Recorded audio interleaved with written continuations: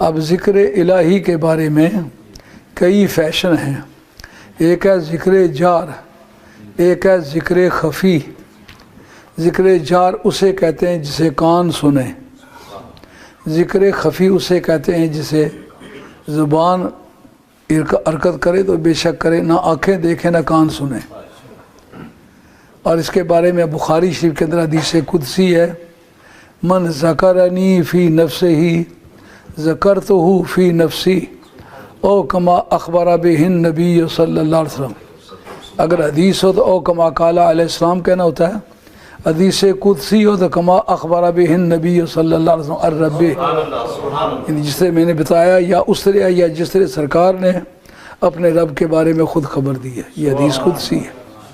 اس لیے یوں کہنا ہوگا او کما اخبر بہ النبی صلی اللہ علیہ وسلم الرب، یہ جیسے میں نے کہا ویسے ہے یا جس طرح سرکار نے اپنے رب کے بارے میں خبر دی ہے. جو مجھے دل میں یاد کرتا ہے میں بھی اسے دل میں یاد کرتا ہوں. لیکن من ذکرنی فی ملائن فذکرتہ فی ملائن خیر منہ، جس وقت کوئی آدمی مجلس بنا کے یاد کرے تو میں اس سے زیادہ اچھی مجلس بنا کے اس کو یاد کرتا ہوں. تمہیں مبارک ہے کہ تم یاد خدا کرتے ہو، پیسے اپنے کماتے ہو. اپنی ماں کا ایک ہی بیٹا، نہ بہن ہے نہ بھائی ہے، پیسے اپنے کما کے مدینے والے کا گیت گاتا ہے، خرچ کرتا ہے. کوئی دوست اپنی مرضی سے 2-4 پاؤنڈ دے دے تو دے، لیکن کسی کی ذمہ داری نہیں ہے، ساری ذمہ داری اس کی ہے.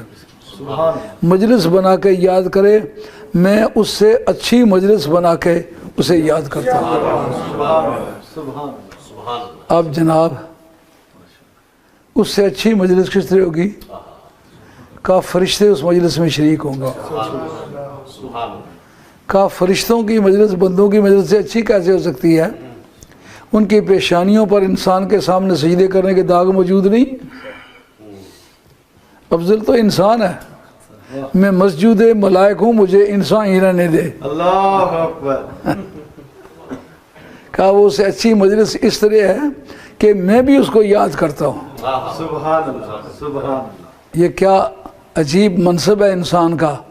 بندہ خاکدان ارضی پر بیٹھا ہوا اس کی یادوں کو منا رہا ہو، جلسے منا رہا ہو. رب فرشتوں کو کہے جلدی آؤ، سبحان اللہ. آج ہمارے محبت والے دوستوں کا ذکر چھڑا ہوا ہے، تم بھی ساتھ شریک ہو جاؤ، ذاکرین میں تمہارا شمار ہو. فرشتوں میں بھی ذاکرین کی جماعت، مسبحین کی جماعت الگ ہے، سارے اس میں شامل نہیں ہیں. اچھا، اور امام ابو حنیفہ رضی اللہ عنہ سے پوچھا گیا ذکر خفی افضل ہے یا ذکر جار افضل ہے؟ اصلا امام بھی اکھاڑے والا امام ہے. سبحان اللہ. کوئی اکھاڑے میں اترے تو اکھاڑے کی للکار کو سمجھتا ہے. آپ نے فرمایا ذکر جار افضل ہے. کہا کیوں؟ کہا اس کی وجہ یہ ہے یہ ذرات ارضی سنتے ہیں، درختوں کے پتے سنتے ہیں، در و دیوار سنتے ہیں، یہ گواہ بن جاتے ہیں، ان کی ایویڈینشری ویلیو ہے، یہ شہادت پیش کریں گے. ام من شیء فی الارض ولا فی السماء الا یسبح بحمدہ، یہ خود اس کی تسبیحیں کرتے ہیں. جب یہ گواہی دیں گے مولا کریم اس نے ذکر کی دھوم مچائی، در و دیوار اس کے گل و غبار سے گونج اٹھے، رب کریم کے کائنات کا ذرہ ذرہ بول کے اس کے ذکر کی تعریف کر رہا ہے. فرشتے ہتھکڑیاں اتار دو اس کو جانے دو جنت میں اونچے. اور آپ نے فرمایا ذکر جار جو ہے ذکر خفی سے 78 گنا زیادہ افضل ہے. اس کی وجوہات پھر لمبی چوڑی ہیں، وہ بیان کرو تو تقریر یہیں رہ جائے گی. تو اس کا مقصد یہ ہوا ذکر جار ایک افضل چیز ہے. اور ایک طبقہ ہے وہ بڑے سلجھے ہوئے خارجی ہیں، ذکر الہی کے قائل ہیں لیکن آواز کے اونچا کرنے کو حرام سمجھتے ہیں. یار پہلی تو بات یہ ہے مسلم اور بخاری دونوں کے اندر یہ حدیث موجود ہے. حضرت عبداللہ ابن عباس اس کے راوی ہیں، ان رفع الصوت بالذکر बादमा यंसरिफुन निसा नासो अनिल मकतूबत कान अला आदिन नबी सल्लल्लाहु अलैहि वसल्लम कि जिस वक्त लोग फ़र्ज़ नमाज से सलाम फेरते हैं उस वक्त ऊंची आवाज़ से ज़िक्र करना सरकार के दौर में जारी रहता था। इसके रावी वो क्यों हैं और कोई बड़ा सहाबी क्यों रावी नहीं, ये भी एक वजह पूछी जा सकती है। जिले मुखालिफ तड़ाव है ना, बोले सरफा नहीं करना, बोले जरा करना, लेकिन जरा करना निशानी मुखालफा नहीं है। सरकार की शान हो हदीस पर जरा होती है, मौला मुर्दा की शान पर बात हो हदीस पर जरा होती है, औलिया अल्लाह की शान में कोई हदीस पढ़ी जाए उस पर जरा होती है, सादात की फजीलत पर कोई हदीस पढ़ी जाए जरा होती है। मालूम है ये अपने नहीं है, ये बेगाने हैं। केस जिसके हक में जाता हो वो जरा करता है, शहादत पर जरा वो करता है जिसके शहादत खिलाफ जाती हो। आई की बात खैर, ये तो एक अकली वजह समझ आती है ना। तो उनको क्यों पता, बाकियों को क्यों पता नहीं? हज़रत अबू बकर सिद्दीक़ उसके रावी क्यों नहीं है? सफ़े अव्वल के आदमी हैं। फ़ारूक आज़म रावी क्यों नहीं है? उनका दरअसल ये नौबत उनको पेश नहीं आती रही। वाक़या ये था, मेरी और मेरे साथियों की उम्रें छोटी थी, हमारे लिए हुक्म ये था कि पिछली सफ़ों में खड़े हुआ करो, अगली सफ़ों में बुज़ुर्गों को आने दिया करो। ये लोग बुज़ुर्ग थे जो अगली सफ़ों में खड़े होते थे, हम बच्चे थे, हम पिछली सफ़ों में खड़े होते थे। जो नए आदमी आते थे उनको ये धोखा होता था कि सरकार ने भी सलाम फेरा या नहीं, क्योंकि फिर जमातें बढ़ती गईं तो फिर 100 के हेर फेर में सफ़ें बनती चली गईं, तो फिर इतने दूर से आवाज़ नहीं सुनाई देती थी। इसलिए भी हुक्म था कि आवाज़ ऊंची आवाज़ से तुम ज़िक्र इलाही करो ताकि सब नमाजियों को पता चल जाए, जो नया आदमी आए उसको पता चल जाए कि लोग नमाज से फारिग हो चुके। समझ आई ये बात? खड़े होकर सलाम पढ़ने से भी मना करते हैं। वो हिंदुस्तान के एक पीर साहब हमारे सालाना कॉन्फ्रेंस पर, उन्होंने अलाइव ख़िताब किया था, वहाँ से हमने उसका बंदोबस्त किया था। उनका पहले खारजी थे, वो खड़े होकर सलाम भी नहीं पढ़ते थे, अंगूठे भी नहीं चूमते थे, या रसूल्ला भी नहीं कहते थे। अब खारजियों की एक ऐसी जमात शुरू हो गई है जो अंगूठे भी चूमते हैं, या रसूल्ला भी कहते हैं, न खड़े होकर सलाम पढ़ना पसंद करते हैं और न ही वो अहले बैत से मोहब्बत रखते हैं। इन खारजियों को पहचानना बड़ा मुश्किल हो गया है, अगले खारजियों को हम आसानी से पहचान लेते।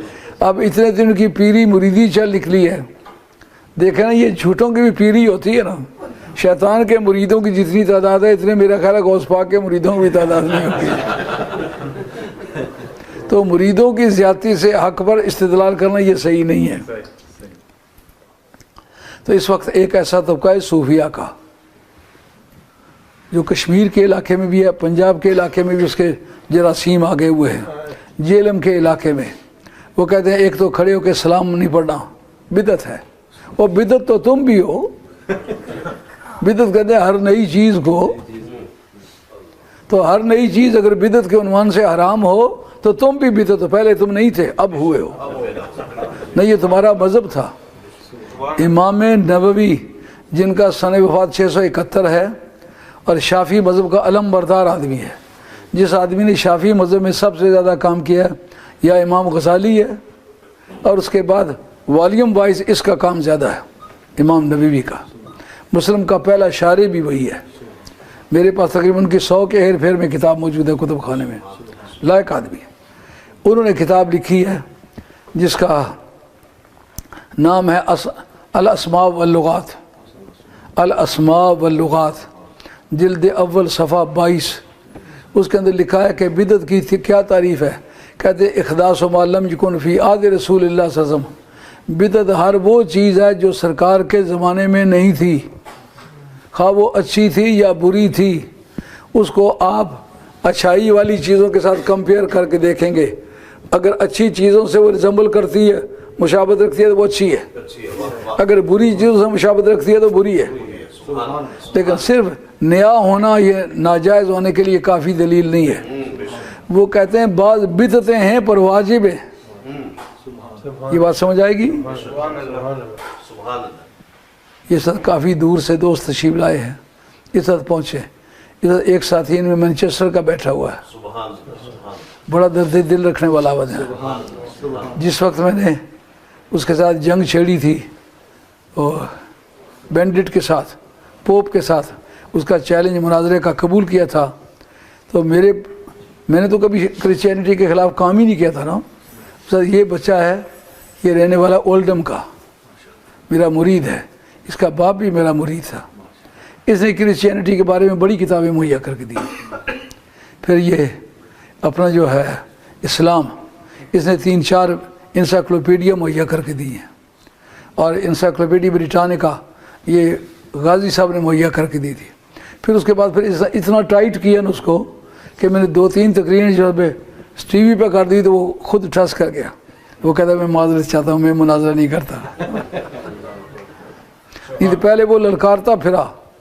मेरी तरफ से मुनाजरे का चैलेंज कबूल किया था साहबजादा फजल करीम साहब ने इस्लामाबाद के असम्बली हाल में, मैंने यहाँ कबूल कर लिया था। सुभान अल्लाह। तो ये बिदत का मसला जो है ना, उसमें पहली बात, बाज़ बिदतें हैं पर बिदत होकर नाजायज़ की बजाय वाजिब है। बस ये ज़ेरें ज़बरें आपको बता चुका हूँ, सरकार के ज़माने में नहीं थे। पहले बिदत की तारीफ़ क्या है? इख़दासो मा लम यकुन फ़ी आदि रसूलिल्लाह सल्लल्लाहु अलैहि वसल्लम, जो चीज़ हजूर के ज़माने में नहीं थी बाद में शुरू हुई है, वो बिदत है। खा वो कुरान की ज़ेरें ज़बरें हैं या मस्जिद के मीनार, कोई भी है, वो बिदत है।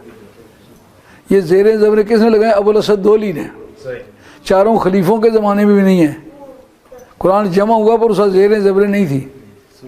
हज़रत अबू बकर सिद्दीक़, हज़रत उमर फारूक, हज़रत उस्मान गनी, तमाम सहाबा किराम, इल्मी इस्तेदाद में तो नबियों के बाद सबसे ऊंचा आदमी हज़रत मौला मुर्तज़ा है। अना मदीनतुल इल्म व अलीयुम बाबुहा। फिर पूरे कुरान पर एराब जारी करे। और 1400 बरस जो हज़रत अली मुर्तज़ा से बुग़्ज़ लोगों में है, अगर इसमें कोई कानूनी गलती होती है तो मौलवी सारे पीछे पड़ जाते हैं, अली ने ये गलती खाई है। लेकिन आज बिल्कुल सोए हुए हैं। ये भी बिदत है कि नहीं?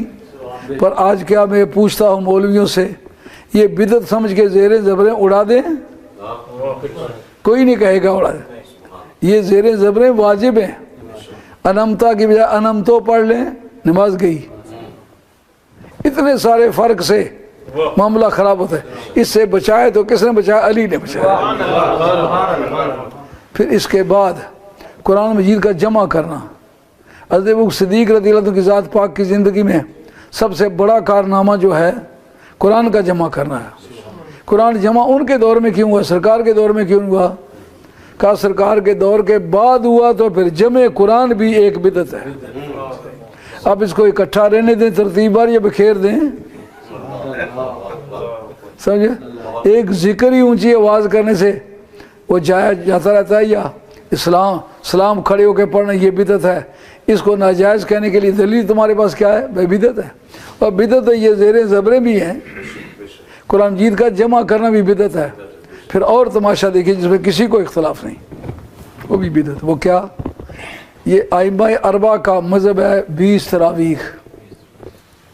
20 तरावीह ना हज़रत नबी करीम अलैहि सलाम ने ख़ुद पढ़ी हैं, ना हज़रत अबू बकर सिद्दीक़ ने पढ़ी हैं, ना उमर फ़ारूक ने पढ़ी हैं। उमर फ़ारूक के दौर में ये जारी हुई हैं। वो किस थे? उबई इब्न काब। ये भी हज़ूर को, मौला मुर्तज़ा को सब उम्मत से अफजल समझते थे। ये दूसरा बंदा है जिसे कुरान मजीद का मदरसा जारी किया मदीना शरीफ में। इन्होंने 20 तरावीहें पढ़ी हैं। हज़रत उमर फारूक मस्जिद में आए, पूछा यार ये गहमा गहमी लग रही, बड़ा हुजूम है। उन्हें अपना एक ज़ौक़ था कि मस्जिद आबाद रहे। उन्होंने कहा सरकार से 12 रकअतें पढ़ना भी साबित है, 8 भी पढ़ना साबित है। अगर दोनों को इकट्ठा कर लें तो जैसा भी सरकार ने पढ़ी फिर वही जाएंगी ना। जैसा झगड़ा पड़ गया कि नमाज में कानों तक हाथ उठा के अल्लाह अकबर कहना चाहिए या कंधों तक।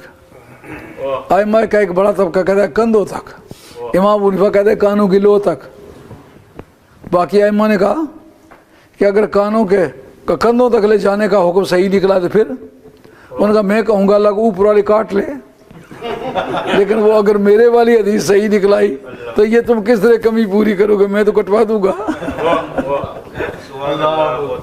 हज़रत उबई इब्न काब रज़ियल्लाहु अन्हु ने جب وہ 20 رکعتیں اکٹھی کر کے پڑھی، اس وقت حضرت عمر فاروق پوچھنے لگے یار تراویح کو تو میں نے بھی پڑھی لیکن اتنی لمبی میری تراویح نہیں تھی۔ ان کا انہوں نے 20 پڑھائی ہیں۔ ان کا نعمت البدعۃ ھذہ، یہ بدعت بہت اچھی بدعت ہے۔ سبحان اللہ۔ معلومہ اچھی اور بری کی تقسیم جناب عمر فاروق نے کی بات سمجھ آئی ہے۔ ایک سلام پڑھنا بدعت نہیں، یا ذکر الہی اونچی آواز سے کرنا بدعت نہیں، بلکہ تراویح ہیں 20 پڑھنا یہ بھی بدعت ہے۔ اور اس کے بعد ائمہ اربعہ اہل سنت سے امام ابو حنیفہ 1، امام شافعی 2، امام مالک 3، امام احمد حنبل 4۔ مذاہب اربعہ کے ائمہ کا مذہب ہے کہ 20 تراویحیں پڑھنی چاہیے۔ اہل حدیث پر یہ ہمارا ایک سوال ہے کہ امام ابو حنیفہ، حضرت امام بخاری امام شافعی کے سلسلے کے مقلد تھے، تو وہ بھی تو 20 پڑھتے تھے، کیونکہ جو مذہب امام کا ہے وہی مقلد کا ہے۔ تو تم بتاؤ امام بخاری سے زیادہ حدیث جانتے ہو؟ جن کو امام سمجھتے وہ تو تقلید کرتے، تم مقلد بن جاؤ۔ سمجھ آئی بات؟ خیر اور بدعت یہ جو مسجد جمعے کے اندر دوسری اذان ہوتی ہے یہ بھی بدعت ہے۔ ادائے شریف کتاب الجمعہ کے اندر یہ حدیث موجود ہے کہ 2 اذانیں جمعے والے دن کبھی نہیں ہوئی، نہ حضور کے زمانے میں، نہ حضرت ابوبکر صدیق کے زمانے میں، نہ حضرت عمر فاروق کے زمانے میں۔ حضرت عثمان نے پہلی مرتبہ، ان کے بعد دلیل کیا تھی؟ قرآن کی کوئی دلیل تھی؟ نہیں۔ حدیث کی کوئی دلیل تھی؟ نہیں۔ کیا دلیل تھی؟ کہا نیک نفسی۔ وہ کیا مسئلہ تھا؟ کہا جس وقت مدینہ شریف کی آبادی کا دباؤ بڑھ گیا تو دور دور تک لوگ آباد ہو گئے، اب وہ ایک اذان جو ہے وہ سب کو نہ پہنچ سکے۔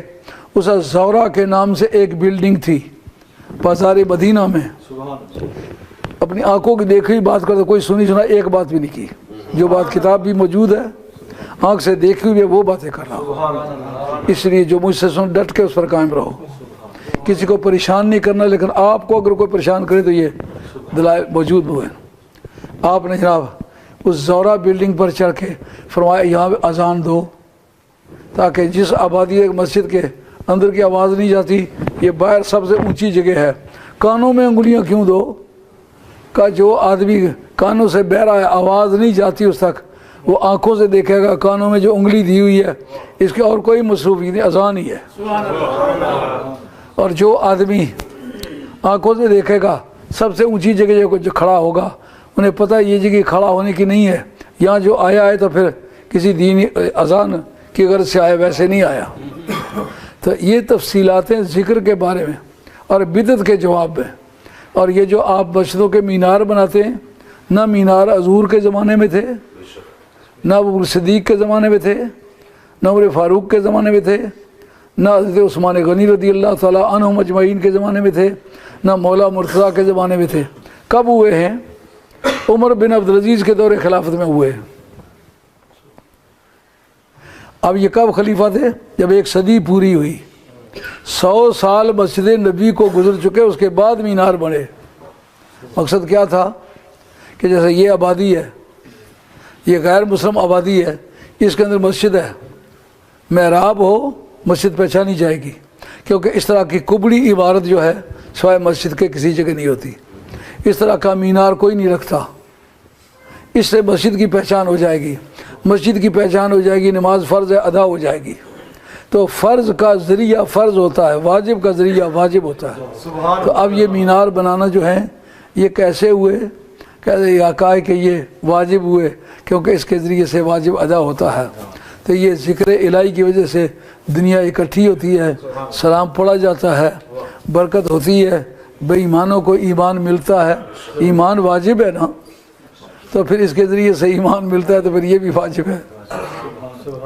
آگے فرمایا کہ اس وقت اللہ کے ذکر کی طرف آیا کرو اور بیعت چھوڑ دیا کرو، یہ تمہارے لیے بہت بہتر ہے اگر تم علم رکھتے ہو تو۔